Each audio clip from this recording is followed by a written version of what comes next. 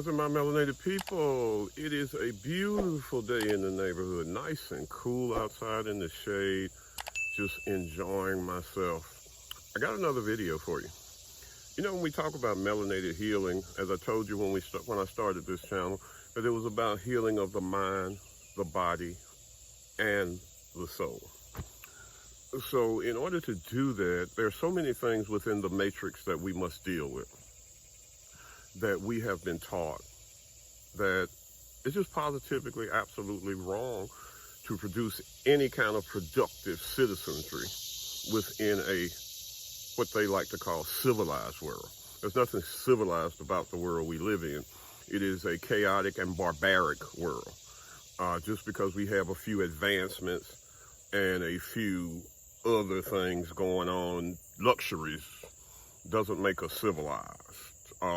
We were more civilized as indigenous people before all these luxuries and stuff came along, when we were over here in this land by ourselves. But I digress, because what I want to talk to you about today are children and lying.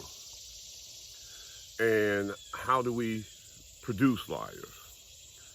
Because one thing about Columbus' diary is he talks about the indigenous people that he met, and they were dark-skinned people. And he talks about how naive they were, and how they were honest, and they didn't know sin, and they didn't know evil, and how they would make good slaves because of these characteristics. This is our original state. You know, a lot of Christians like to talk about original sin and original states and original doctrine, but this was our original state. This is who we were.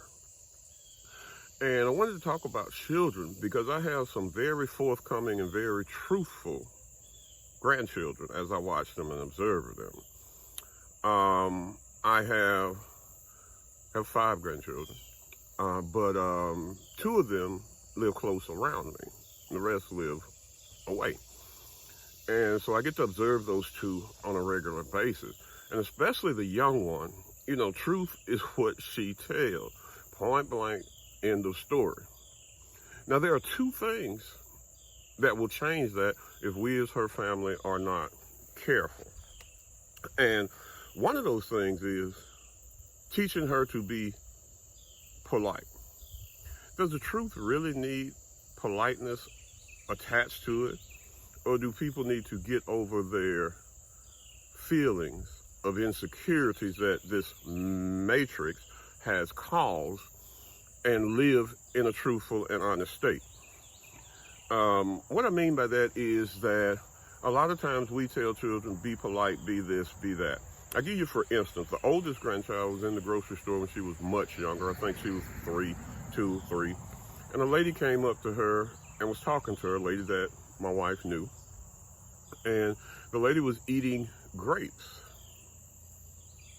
And she offered, in the store, eating grapes, and she offered one to my grandchild. And my grandchild refused and said, no, that's stealing. My wife didn't correct her, didn't say anything to her, because she was telling the truth. Now, if it offended the lady's sensibilities, you know, I don't know what to tell you. But if you tell her not to say stuff like that, not to do things like that, then sooner or later she's going to be covering up for other stuff, okay? So worried about our kids offending other people's sensibilities teaches them to lie, point blank in the story. Worried about them, another thing that produces liars is spankings. Man, I've done a video on this before. You can check it out, and I'll put a link to it and put a card to it here. But spanking, man, you know, why wouldn't a child lie? You're telling them that they're going to receive pain if they admit the truth and tell the truth about what's going on. So why would they? Nobody wants their ass beat, you know. Nobody wants to be spanked. Nobody wants to receive pain. Nobody wants to feel pain. So naturally, over time, they're going to learn to be sneaky, to become all kinds of issues, become dishonest, basically. So our kids are born with everything that they need to know in this world, with everything they need to acquire. We teach them things so that they can get along within the matrix. That's what we teach them. That's what school teaches them. But they're born with everything they need to know, basically, to survive in a world that God put everything here for them. Now, if they were living in a true world, a true society, a society that God intended to be here on this earth, then there would be no problem, because they have everything they need to know. I watched my youngest granddaughter as she moves. She walks with authority. When you see her walk through the house, you know who's in charge, and she's in charge. And these things, I fear, will be lost over time with public schooling and with all the things that come along with this matrix. This is where we're losing the battle. We're losing the battle with our kids who come here born able to do the things that they need to do. They either come here with a warrior spirit, a spiritual spirit, or a healing herbal spirit, knowing how to deal with the herbs and they come here with that. And if they are one of the chosen ones, they catch hell from the start. Because if they're a chosen one, they know the difference between the true right of God and the right that this matrix tells them of what's right and what's wrong. And I didn't want to make this a long video. I'm not going to make this a long video.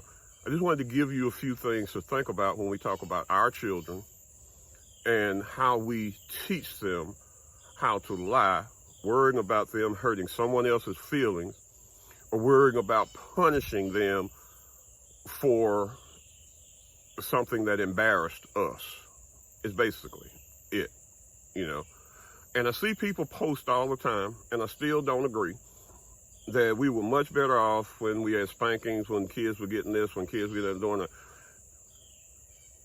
No, we weren't. We had all kinds of psychological hang-ups that we pass on to our kids because of spanking. Because that's what it does. It produces all kinds of psychological hang-ups. It produces liars. It produces insecurities. It produces fear. And fear is the biggest thing that we battle with. We are a people under subjugation because we have fear. Fear of walking off that job. Fear of living off the land and believing in our hearts that God provides all the abundance that we need. Fear that we can't make it without an air conditioning unit because it's so hot. All of these things, the spankings put into us, that fear, beat down. Why do you think the slave master used it? Because it's an applicable tool, because your body does not want to feel that type of pain. And if you keep putting that type of pain on, something's going to break somewhere. Either that person's going to become totally defiant and just do what the hell they want to do, or they're going to become totally submissive and the world's going to do to them what it wants to do.